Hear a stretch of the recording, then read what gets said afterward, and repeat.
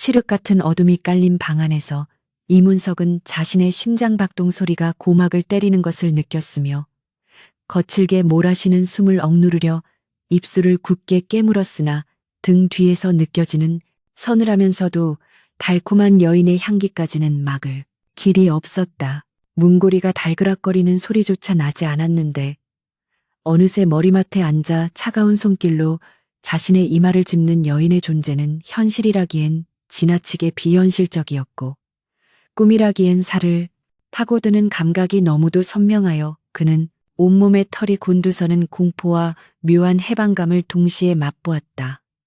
선비님, 아직 깨어 계시는군요.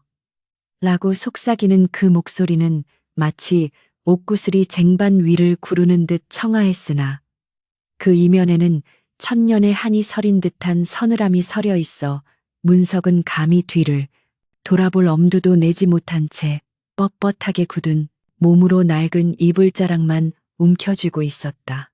여인의 손가락이 천천히 그의 목덜미를 스치자 문석은 비명조차 지르지 못하고 눈을 부릅떴으며 어둠 속에서 번뜩이는 여인의 눈동자가 자신의 등을 꿰뚫어 보는 것 같아 등줄기에 식은땀이 비 오듯 흘러내려 리적을 축축하게 적셨다. 이 기이한 조우가 시작되기 전까지만 해도 이문석은 남산 밑자락에서 끼니조차 잊지 못해 누런 안색으로 글만 읽던 몰락한 가문의 가련한 선비에 불과했으며 부모님을 여의고 가산을 탕탕 탕진한 숙부 탓에 남은 것이라곤 구멍난 지붕과 쥐가 들끓는 초당뿐이었다. 과거 시험을 보러 갈 노잣돈은커녕 지필 묵을 살 돈조차 없어 대나무 가지로 마당 바닥에 글을 쓰며 울분을 삼키던 그에게 어느 날 밤부터 정체 모를 여인이 찾아오기 시작했는데 그녀는 아무런 말도 없이 기름진 고기 반찬과 김이 모락모락 나는 쌀밥이 차려진 소반을 내려놓고는 그가 식사를 마칠 때까지 어둠 속에서 지켜보곤 했다.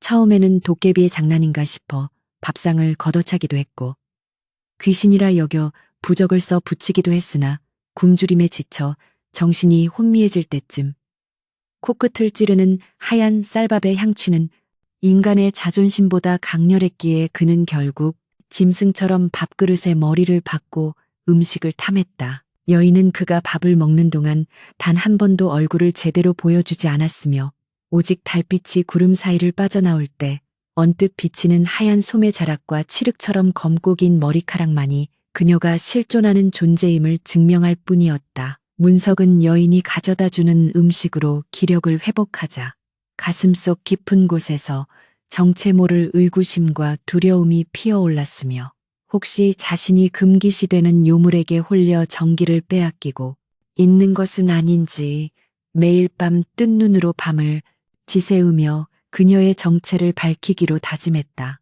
그러나 막상 여인이 방 안으로 들어서면 몸을 움직일 수 없는 기묘한 압박감에 사로잡혔고 그녀가 내뱉는 짧은 한마디 한마디는 마법처럼 그의 정신을 몽롱하게 만들어 그저 그녀가 이끄는 대로 침소의 한 자리를 내어줄 수밖에 없는 처지가 되었다. 어찌하여 저 같은 비난한 선비에게 이런 호의를 베푸시는 것입니까? 당신은 도대체 누구이며 어디서 오신 분입니까? 라고 문석이 떨리는 목소리로 물었을 때 여인은 대답 대신 차가운 손으로 그의 눈을 가렸으며 그 순간 문석의 머릿속에는 자신이 겪어보지 못한 낯선 풍경들과 비명소리 그리고 붉은 피로 물든 대궐 같은 집의 환상이 섬광처럼 스쳐 지나갔다. 여인의 손길이 닿은 곳마다 얼음처럼 차가운 기운이 퍼져나갔으나 신기하게도 그의 마음속에 자리 잡았던 배고픔과 울분은 눈 녹듯 사라지고 오직 여인에 대한 형언할 수 없는 연민과 갈증만이 그 자리를 대신하게 되었다. 그렇게 며칠이 지나자 문석의 안색은 몰라보게 좋아졌으나 마을 사람들은 오히려 그를 피하기 시작했는데 그가 거처하는 초당 주변에서 밤마다 여인의 울음소리가 들린다거나 문석의 그림자가 두 개로 보인다는 흉측한 소문이 돌면서 평소 그를 무시하던 이들조차 이제는 공포 섞인 눈으로 그를 바라보았다. 문석 역시 자신의 방 안에서 나는 향취가 사람이 쓰는 분내라기보다는 무덤가에서 피어나는 만수국이나 서늘한 이끼 냄새에 가깝다는 것을 깨달았으나 이미 그녀가 없는 밤은 상상할 수 없을 정도로 그 신비로운 존재에 중독되어 가고 있었다. 그러던 어느 폭풍우가 몰아치던 밤, 평소보다 늦게 나타난 여인은 온몸이 비에 젖은 채 가뿐 숨을 몰아쉬며 문석의 품으로 쓰러지듯 안겼고 그녀의 등 뒤로 난 날카로운 자국에서 흐르는 검은 피를 본 순간 문석은 이 인연이 평범한 연애가 아닌 거대한 비극의 서막임을 직감했다. 선비님, 이제 저들이 저를 찾아냈습니다. 저를 지켜주시겠습니까? 아니면 이 손을 놓으시겠습니까? 라고 묻는 여인의 눈동자에는 절박한 생존의 의지와 함께 문석을 향한 기묘한 집착이 서려 있었고 문석은 자신도 모르게 그녀의 차가운 몸을 꽉 껴안으며 운명의 소용돌이 속으로 발을 내디뎠다. 여인을 쫓는 무리의 발소리가 마당의 빗소리를 뚫고 가깝게 들려오자 문석은 벽장 속에 깊이 감춰두었던 녹슨 칼 한 자루를 꺼내 들었으며 평생 분만 잡던 그의 손이 파르르 떨렸으나 품 안의 여인이 내뿜는 서늘한 온기는 그에게 기이한 용기를 불어넣어 주었다. 어둠 속에서 문창사를 뚫고 들어오는 서슬퍼런 칼날의 그림자를 보며 문석은 자신의 평온했던 삶이 완전히 무너졌음을 깨달았고 이제 돌아갈 수 없는 강을 건넜다는 사실에 오히려 마음이 차분해지는 것을 느끼며 문을 향해 몸을 돌렸다. 여인은 그의 등 뒤에서 조용히 미소 지으며 만약 오늘 밤 우리가 살아남는다면 저는 당신에게 제 이름을 알려드리고 당신의 평생 소원을 들어드릴 것입니다. 라고 속삭였고 그 말은 문석에게 그 어떤 경전보다 강력한 계시처럼 다가와 그의 심장을 뜨겁게 달구었다. 문이 거칠게 열리고 삿갓을 쓴 괴한들이 들이닥치려는 찰나 문석은 비명을 지르며 앞으로 나아갔고 그 순간 방 안의 촛불이 일제히 꺼지며 비현실적인 정적과 함께 사륙의 예감이 공간을 가득 채우기 시작했다. 어둠이 지배하는 방 안에서 칼날이 부딪히는 금소금이 고막을 찢을 듯 울려 퍼졌고 문석은 눈을 감은 채 닥치는 대로 칼을 휘둘렀으나 허공을 가르는 감각만이 손목을 타고 전달될 뿐 괴한들의 기척은 순식간에 안개처럼 흩어져 사라졌다. 분명 문을 부수고 들어오던 사내들의 살기등등한 기운이 방 안을 가득 채웠건만 촛불이 꺼짐과 동시에 사위는 죽은 듯 고요해졌고 오직 자신의 거친 숨소리와 품 안에 매달린 여인의 가녀린 떨림만이 이 기괴한 정적 속에서 유일한 생의 증거로 남았다. 문석은 떨리는 손으로 더듬거려 다시 촛불을 켰으나 방 안에는 침입자의 흔적은커녕 방금 전까지 문창사를 뚫고 들어오려던 칼날의 자국조차 남아있지 않아 그는 자신이 혹시 거대한 환각에 빠진 것은 아닌지 의심하며 넋이 나간 표정으로 여인을 내려다보았다. 여인은 비에 젖어 창백해진 안색으로 문석의 가슴에 얼굴을 묻은 채 선비님의 의기가 저들을 물리쳤으나 이것은 시작일 뿐입니다. 저들은 권력의 사냥개들이니 결코 포기하지 않을 것입니다.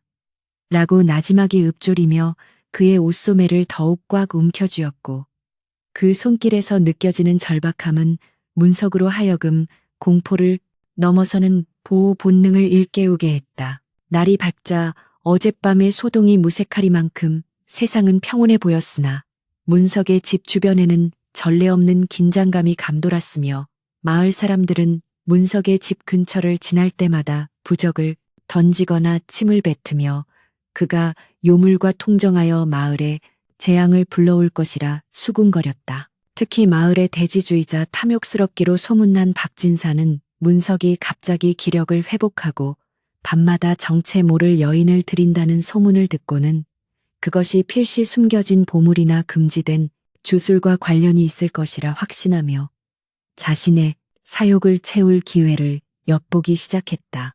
박진사는 관가에 줄을 대어 문석의 초당을 수색할 구실을 만들려 했고 평소 문석을 시기하던 무례배들을 매수하여 밤낮으로 그의 일거수일투족을 감시하게 하니 문석은 이제 자신의 집안에서도 창살 없는 감옥에 갇힌 처지가 되어 숨조차 크게 쉬지 못했다. 여인은 낮 동안에는 벽장 속이나 어두운 구석에 숨어 숨소리조차 내지 않다가 오직 해가 지고 달이 떠오를 때만 나타나 문석의 곁을 지켰는데 그녀가 가져오는 음식은 날이 갈수록 화려해졌으나 문석은 그것이 어디서 온 것인지 물을 때마다 그녀의 눈동자에 서리는 깊은 슬픔을 보며 입을 다물 수밖에 없었다. 하루는 문석이 장터에 나가 횟감을 구하려다 박진사와 대면하게 되었는데 박진사는 비열한 웃음을 지으며 이복의 이선비, 요즘 자네 방에서 밤마다 기막힌 분취가 풍긴다는데 혼자만 좋은 것을 보지 말고 우리 같은 이웃에게도 좀 나누어 주어야 하지 않겠나? 라고 빈정거렸고 그 말 속에 담긴 가시 돋친 경고에 문석은 가슴이 철렁 내려앉았다. 문석은 아무런 대꾸도 하지 않고 서둘러 집으로 돌아왔으나 뒤를 쫓는 박진사의 수하들의 시선을 느꼈으며 이제는 여인뿐만 아니라 자신의 목숨조차 위태로워졌음을 직감하고는 방 안으로 들어서자마자 여인을 붙들고 제발 떠나달라고 애원했다. 당신이 누구든 상관없소. 하지만 이대로 있다간 당신도 나도 무사하지 못할 것이오. 제발 나를 떠나 당신의 처소로 돌아가시오. 라고 문석이 눈물을 흘리며 호소하자 여인은 차가운 손으로 그의 뺨을 어루만지며 저에게는 돌아갈 곳이 없습니다. 선비님의 곁이 제가 이 세상에서 허락받은 유일한 무덤이자 안식처입니다. 라고 대답하여 문석의 심장을 미어지게 만들었다. 여인은 밤마다 문석의 손을 잡고 그가 과거 공부에 전념할 수 있도록 곁에서 묵묵히 먹을 갈아주었으나 그녀의 몸은 날이 갈수록 투명해지는 듯 보였고 그녀가 만지는 책장마다 서늘한 서리가 내려앉는 것을 보며 문석은 그녀가 인간이 아님을 확신하면서도 그 사실이 전혀 두렵지 않게 되었다. 오히려 그녀가 사라질까 두려워 밤마다 잠을 이루지 못하고 그녀의 손을 꼭 쥐고 책을 읽었으며 여인은 그런 문석의 정성에 감복한 듯 때때로 고결한 사대부 집안에서나 들을 법한 학식 높은 조언을 건네어 문석의 안목을 넓혀주었다. 그러나 마을의 압박은 점점 거세어져 박진사가 보낸 무례배들이 담장을 넘보며 욕설을 내뱉고 급기야는 문석의 초당에 불을 지르겠다는 협박까지 서슴지 않게 되자 문석은 더 이상 수동적으로 기다릴 수만은 없다는 결론에 도달했다. 여인은 어느 날 밤 문석에게 작은 옷가락지 하나를 건네며 이것을 가지고 한양의 김대감 댁을 찾아가십시오. 만약 그분이 이 가락지를 보신다면 선비님을 도와주실 것입니다. 라고 말했고 그것이 그녀의 정체를 밝힐 유일한 단서임을 깨달은 문석은 단호한 결의로 짐을 꾸리기 시작했다. 떠나기 전 마지막 밤 문석은 여인과 함께 초당 뒷산의 고목 아래 앉아 달빛을 감상했으며 여인은 평소와 달리 자신의 어린 시절 이야기를 단편적으로 들려주었는데 그것은 화려한 꽃밥과 인자한 부모님 그리고 갑작스럽게 들이닥친 검은 옷의 사내들에 대한 잔혹한 기억이었다. 저는 그날 밤 이후로 시간이 멈추었습니다. 선비님을 만난 것은 제 멈춘 시간이 다시 흐르기 시작했다는 뜻이지요. 라고 속삭이는 여인의 목소리는 바람에 흩날리는 꽃잎처럼 애처로웠고 문석은 그녀의 어깨를 감싸 안으며 반드시 돌아와 그녀의 억울함을 풀어주겠노라 맹세했다.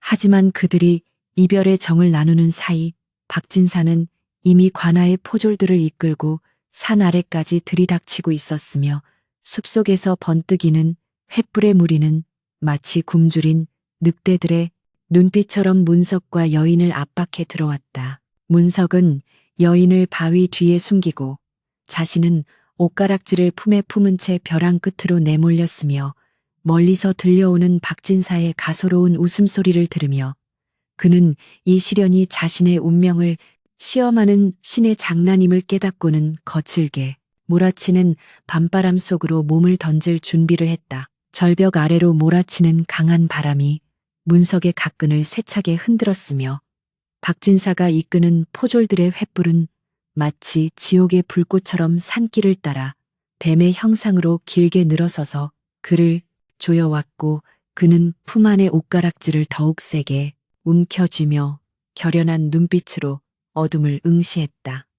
이놈 문서가 요물과 놀아나며 마을을 어지럽힌 죄, 감히 어디로 달아나려 하느냐 라고 소리치는 박진사의 목소리가 산울림이 되어 돌아왔으나 문석은 대답 대신 바위 뒤에 숨은 여인을 향해 반드시 살아남아 그대의 한을 풀어줄 것이니 부디 몸 소중히 하시오 라고 짧은 작별 인사를 남긴 채 넝쿨이 우거진 가파른 비탈길로 몸을 날렸다.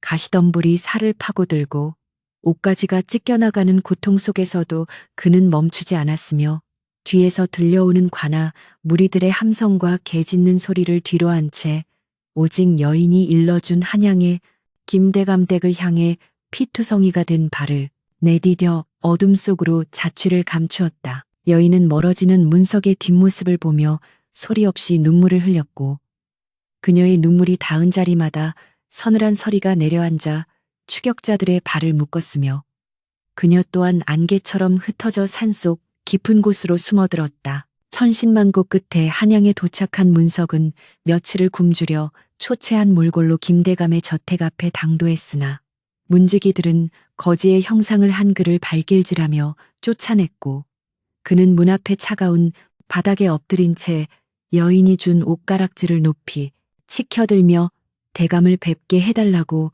목 놓아 부르짖었다. 다행히 외출을 마치고 돌아오던 김대감이 그 가락질을 보게 되었는데 그는 가락질을 확인하자마자 얼굴색이 하얗게 질려 문석을 은밀히 사랑채로 불러들였으며 주위의 눈을 살핀 뒤 떨리는 목소리로 이것은 10년 전 영모에 누명을 쓰고 멸문지화를 당한 내 친우의 여식 설아의 정표가 아니냐라고 소리쳤다. 문석은 그제야 매일 밤 자신을 찾아오던 여인의 이름이 설아였음을 알게 되었으며 김대감으로부터 당시 권력의 실세였던 현 관찰사 조익현이 설아의 아버지를 배신하고 가산과 지위를 찬탈하기 위해 조작했던 참혹한 학살의 전말을 전해 듣게 되었다. 설아는 그날 밤 불타는 저택에서 가까스로 도망쳤으나 자객들의 칼에 맞아 죽어가는 순간에도 가문의 원수를 갚기 위해 이승을 떠나지 못하는 원혼이 되었거나 혹은 기적적으로 살아남아 숨어 지내는 가련한 신세였던 것이다. 김대감은 조익현의 권세가 현재 하늘을 찌를 듯하여 지금 당장 이를 고발하는 것은 자살 행위와 다름없다고 경고하며 문석에게 이번 별시에서 장원 급제하여 임금의 신임을 얻는 것만이 유일한 길이라고 조언했고 문석은 설아와의 약속을 지키기 위해 대감이 마련해준 골방에서 죽음을 각오한 채 책과 씨름하기 시작했다. 한편 고향 마을의 박진사는 문석을 잡지 못한 화풀이로 설아가 머물던 초당을 완전히 불살라버렸으며 잿더미가 된 집터 주변을 서성이던 설아는 원한에 사무쳐 피눈물을 흘렸고 그녀의 분노는 마을의 갑작스러운 서리와와 괴지를 불러일으켜 사람들을 공포에 몰아넣었다. 설아는 밤마다 문석의 빈자리를 찾아 헤매며 그의 안위를 걱정했으나 그녀의 영역이 약해질수록 조익현이 고용한 사악한 술사들이 그녀의 기운을 감지하여 포위망을 좁혀왔으며 그녀는 이제 존재 자체가 소멸될 위기에 처하게 되었다. 문석은 한양에서 이 소식을 듣고 가슴이 찢어지는 듯 했으나 이를 악물고 붓을 놀려 종이가 닳도록 글을 썼고 마침내 별시 날이 다가오자 설아의 옷가락질을 목에 걸고 결전의 장소인 궁궐 앞들로 향했다. 과거 시험장에서 문석은 조익현이 시관으로 앉아 자신을 매서운 눈초리로 노려보고 있음을 느꼈으나 당황하지 않고 시제인 정의와 인과응보를 보자마자 거침없이 답안지를 채워 내려갔으며 그의 글귀에는 설아의 슬픔과 자신의 분노 그리고 진실을 향한 갈망이 서려 있어 주변의 시관들이 감탄을 금치 못했다. 조익현은 문석의 글에서 과거 자신이 저지른 범죄의 향취를 느끼고 불길한 예감에 사로잡혀 그의 답안지를 탈락시키려 획책했으나 이미 문석의 비범한 재주를 알아본 다른 시관들과 임금의 관심이 쏠려 뜻을 이루지 못했다. 시험이 끝나고 결과가 발표되기 전날 반문석은 꿈속에서 설아를 만났는데 그녀는 피골이 상접한 모습으로 선비님, 이제 시간이 얼마 남지 않았습니다. 저들이 제 무덤을 찾아내어 영혼을 봉인하려 합니다. 라고 애처롭게 고하며 사라졌고 문석은 식은땀을 흘리며 깨어나 자신의 운명이 결정될 마지막 날을 고대했다. 그는 이제 단순히 한 여인을 구하는 것을 넘어 일국의 기강을 바로잡고 거대한 악을 뿌리 뽑아야 한다는 무거운 책임감을 느끼며 새벽 공기를 가르고 궁궐로 들어섰다. 마침내 방방내가 열리고 문석이 당당히 장원 급제자로 호명되자 조익현의 얼굴은 흑빛이 되었으며 임금이 문석에게 소원을 묻자 그는 자리에 엎드려 설화의 옷가락질을 바치며 10년 전의 억울한 사건을 재조사해달라고 목숨을 건 상소를 올렸다. 궁궐안은 순식간에 술렁이기 시작했고 조익현은 문석을 미친 자라고 몰아세우며 즉각 처형해야 한다고 주장했으나 김대감이 미리 준비해둔 증거들과 목격자들을 대거 대동하여 법정에 세우자 분위기는 급격히 반전되었다. 문석의 목소리는 대전 가득 쟁쟁하게 울려 퍼졌으며 전하, 억울하게 죽어간 충신의 넋이 아직 구천을 떠돌고 그 여식은 원한에 사무쳐 밤마다 피눈물을 흘리고 있나이다. 부디 진실을 밝혀 국법의 엄중함을 보여주소서라는 그의 호소는 임금의 마음을 움직였다. 조익현은 당황하여 칼을 뽑아 문석을 치려 했으나 미리 대기하고 있던 금군들에게 제압당했고 그 순간 하늘에서는 때 아닌 한방눈이 내리기 시작하여 설화의 슬픈 넋이 지켜보고 있음을 암시하며 갈등은 거대한 폭발과 함께 해결의 실마리를 찾기 시작했다. 궁궐 대전의 바닥에 차갑게 내려앉은 한방눈은 마치 설화의 억울한 눈물인 듯 소리 없이 쌓여갔고 조익현은 포박된 채 바닥에 엎드려서도 광기의 어린 눈으로 문석을 쏘아보며 내 놈이 감히 어느 안전이라고 허무맹랑한 요설을 늘어놓느냐. 저 가락지는 내가 잃어버린 갑오일 뿐이다. 라고 최후의 발악을 하며 소리를 높였다. 임금은 서늘한 눈빛으로 조익현을 내려다본 뒤 문석이 올린 상소문과 김대감이 제출한 당시의 비밀 서신들을 하나하나 검토하기 시작했으며 대전 안은 숨소리조차 들리지 않는 팽팽한 긴장감이 감돌아 마치 폭풍 전야와 같은 무거운 정적이 흘렀다. 문석은 미동도 하지 않은 채 정면을 응시하며 만약 제 말이 거짓이라면 이 자리에서 제 목을 치셔도 좋으나 저 가락지 안쪽에 새겨진 설아쇠라는 두 글자와 가문의 인장은 결코 조 대감의 것이 될 수 없나이다 라고 단호하게 대답했고 임금이 가락지를 건네받아 안쪽을 확인하자 조익현의 안색은 순식간에 시체처럼 창백하게 변했다. 조익현이 고용한 술사들이 설화의 영혼을 가두기 위해 부렸던 사술의 기운이 대전 안까지 뻗어오려 했으나 정당한 국법의 위엄과 문석의 고결한 의기 앞에 그 검은 안개는 힘을 가리았으나리 쓰지 못하고 흩어졌다. 임금의 엄명이 떨어지자 의금부 포졸들이 조익현의 사절을 급습하여 그가 10년간 은폐해왔던 방대한 비리 장부와 설화 가문의 재산을 강탈한 기록들을 낱낱이 찾아냈으며 그 과정에서 조익현이 설화의 아버지를 독살하기 위해 사용했던 독약의 출처까지 밝혀지며 사건의 실체는 명명백백하게 드러났다. 조익현은 결국 자신의 죄를 자백하지 않을 수 없었으나 끝까지 설화의 행방을 묻는 질문에는 그 계집은 이미 내 손에 죽어 산천의 흙이 되었을 것인데 죽은 귀신이 어찌 증인이 된단 말이냐 라고 비웃으며 문석의 가슴에 대못을 박았다. 문석은 그 말을 듣는 순간 가슴이 찢어지는 듯한 통증을 느꼈으나 설화가 자신을 믿고 기다리고 있을 고향의 그 차가운 산속을 떠올리며 슬픔을 분노로 바꾸어 끝까지 추국을 지켜보았다. 조익현은 대역죄인으로 판명되어 즉각 참수형에 처해지고 그 가사는 몰수되어 피해자들에게 돌려주라는 어명이 내려졌으며 문석은 공로를 인정받아 한림학사의 직첩을 하사받았으나 그의 마음은 이미 한양을 떠나 설화가 있는 곳으로 향하고 있었다. 승전보를 들고 고향 마을로 돌아온 문석은 가장 먼저 박진사를 찾아가 그가 설화의 초당을 불태우고 그녀를 핍박했던 죄를 물어 관아에 압송시켰으며 박진사는 문석의 서슬퍼런 위세에 눌려 자비를 구하며 바닥을 기었으나 문석은 차가운 눈길로 그를 외면했다. 문석은 잿더미가 된 옛 집터에 서서 설화의 이름을 목 놓아 불렀으나 돌아오는 것은 공허한 산울림뿐이었고 마을 사람들은 그가 떠난 뒤로 산속에서 피어오르던 하얀 안개가 감쪽같이 사라졌다고 말하며 설화가 이미 소멸했을지도 모른다는 불길한 추측을 내놓았다. 문석은 포기하지 않고 설화와 마지막으로 함께 있었던 뒷산의 고목 아래를 찾아갔으며 그곳에서 그녀가 흘린 눈물이 얼어붙어 만들어진 듯한 신비로운 얼음꽃들이 만개한 것을 발견하고는 그 자리에 주저앉아 그녀와의 추억을 되새기며 하염없이 눈물을 흘렸다.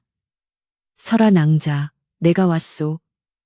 이제 당신의 원한을 풀었고 당신 가문의 명예도 되찾았소. 그런데 어찌하여 당신은 보이지 않는단 말이오. 라고 문석이 절규하자 고요하던 숲에 호련히 서늘한 바람이 일더니 안개 속에서 그토록 그리워하던 여인의 실루엣이 서서히 나타났다. 설화는 이전보다 훨씬 투명하고 가냘픈 모습으로 나타나 문석을 향해 희미한 미소를 지어 보였으나 그녀의 발은 이미 지면에서 떠올라 있었고 몸 주위로 은은한 빛이 발산되는 것을 보며 문석은 이것이 마지막 만남임을 직감하고 그녀를 붙잡으려 손을 뻗었다. 하지만 그의 손은 설화의 몸을 허공처럼 통과했을 뿐이었고 설화는 떨리는 목소리로 선비님, 아니 이제 나라치를 돌보시는 대감님이라 불러야겠군요. 저의 억울함을 풀어주시고 가문의 불명예를 씻어주셨으니 저는 이제 아무런 여한이 없습니다.